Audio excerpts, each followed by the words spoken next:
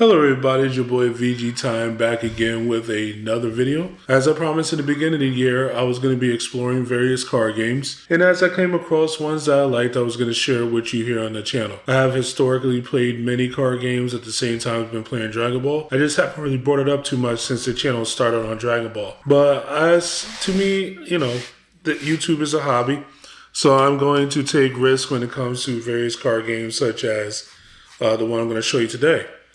And the game that currently has piqued my interest is the new Star Wars Unlimited game. This game just came out a couple of weeks ago. I know I had a lot of hype before then, but as far as my ability to be introduced to it and to play it, it's only been a couple of weeks. During that time, I have played, several games and have come to enjoy it quite a bit. There's a lot of similarities with Dragon Ball, but there's also enough differences to make it fresh to allow me to exercise different parts of my brain. As much as I like Fusion World, and it is a great game, it doesn't always trigger my full attention, while this game seems to have it. So let's go over it. What I'm going to be basically doing is telling you about the game, discussing how it is similar versus how it is different to Dragon Ball, and as well as giving you kind of like a quick little rules primer. So let's go. Just like the game of Dragon Ball, we have leaders. Our leaders do have abilities on the front side, and then at a certain energy threshold, you're able to use an epic action to deploy your leader from the leader area to the battlefield. And when it's on the battlefield, it is a battle card with power and toughness that allows it to be attacked and killed and things like that. If it is defeated, it goes back to your leader area, but you no longer are able to put it back into the field. Typically, the leader ability and when it's on the field are similar abilities. There's usually with either reduced cost or much stronger versions of the effect. The one I'm showing you right now is not a typical looking leader. This is the highest rarity version, which is like this foil borderless one called Showcase Leader, with this one being Generoso from Rogue One, the Star Wars story. Now, if you notice, on the front side, the leader doesn't have any kind of health, so how do you know who wins the game? Well, that's where your base comes into play. Your base is what you're defending, and you're attacking your opponent's base. That's kind of the flavor behind it, right? So when you start the game, you have your base up front, and then you have your leader right behind it facing your opponent. And so your opponent knows who your leader is and what the base is. Typically bases, like the generic bases, have 30 health. And then if you have one of those special bases, there are 25 health, with the upside being that you have an effect that you can use once per game. All right, so there's that portion of it. That's like the similarity. Leader, an awakening, so to speak. And we have, our health attached to an object that, other than attacking into it, you don't really have much interaction to. So, just like in Dragon Ball, we do have battle cards. They call units in this game. The big difference, though, is that we have named units. So you see this is R2-D2, right? So unlike in Dragon Ball, a named unit, when I say named, it's not just as R2-D2, but as like a sub-name to it. There can only be one copy of that particular version of R2-D2 on the table, or C-3PO on the table. So you're not allowed to spam multiples of the same card out. You can't have two 8-drop Gokus of the same name or something like that. If it does come up where there's multiple in your battle area, you got to choose one and get rid of the other one. The other big difference is that unlike Dragon Ball or even any other game of this matter, there's actually 2 combat zones. Similar to Star Wars itself, you have your ground area, and then you have your sky area, or, space. And these areas typically do not interact with each other. So you have to, as part of your strategy and part of your deck building, have enough units of each kind to be able to deal with what's going on in each area. Granted, you could just make a whole ground-based infantry deck and try to swing it as fast as possible, but your opponent might have that same idea for the sky and might be able to outrace you. Unlike Dragon Ball, cards do not come into play in active mode. Instead, they come into play in rest mode. That sort of simulates the same idea of like having summoning sickness in Magic or One Piece, but it's not exactly the same. It's not that they can't attack; they're just incapable because they're in rest mode.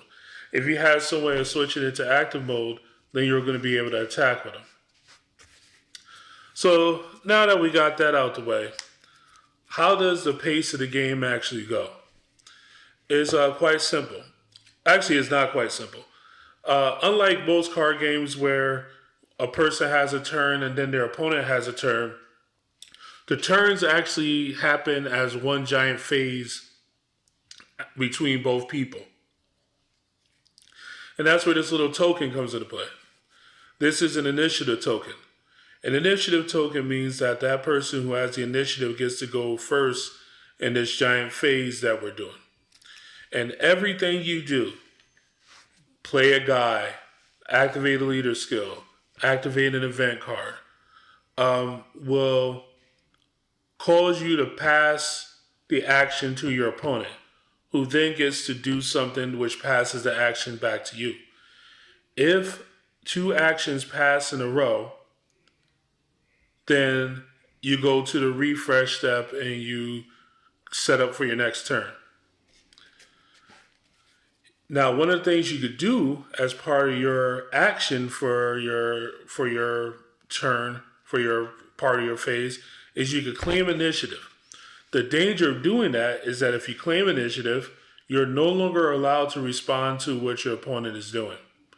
So you kind of have to time it when you think that your opponent may not have anything else to do. But the risk of that is that if your opponent already has initiative and you wait too long, they could claim it again while you're hoping to catch them at the right time. So I already kind of hinted to it. There's another type of card that exists in the game similar to extra cards, and they're called events. Events, just like in Dragon Ball extra cards, are one-time use cards. I'm sorry, I can't really get you a great look at it. But they're one-time use cards that you use the skill, you put it into the drop area, and then it is what it is. Resources are like energy is similar to Dragon Ball. At least how you pay for cards, and that you just have a flat number in the corner, and that's what you have to pay. There are color requirements. Your color is based upon what your leader and your base is. But unlike other card games where if you have a card outside of color, it's literally unplayable in most cases. If you have a card that's not the same color as your leader or your base, you could just pay extra to play the card. Lastly, I don't have any in this particular deck, but there is a version of cards called upgrades. And what upgrades are basically attachments or equipment, or not really equipment, enchant creatures if you played Magic, where they go on the guy and then it gives them extra stats and extra skills and things of that nature. So, with that being said, the game is a little slower paced than your typical game of Super, depending on what leaders are being played. Of course, the super aggro leaders could get the game over a little faster, but the game could also stretch out pretty far as well. But even with that slower pace, it never feels slow because each action has an immediate reaction from your opponent. So even if you're starting off the first turn, you just go, I play R2D2, and your opponent plays something, and then you come back to you play something else, and then they play something, and then you go, I take the initiative, and then you go to the next turn. You have 4 actions happen during that turn in fairly quick succession, where it didn't feel like it was a slog. So between the ground and space situation, the back and forth of the turns, it is a very deep game, a very strategic game, and one that I suggest you give a try. Right now, we are still in set 1 for Star Wars.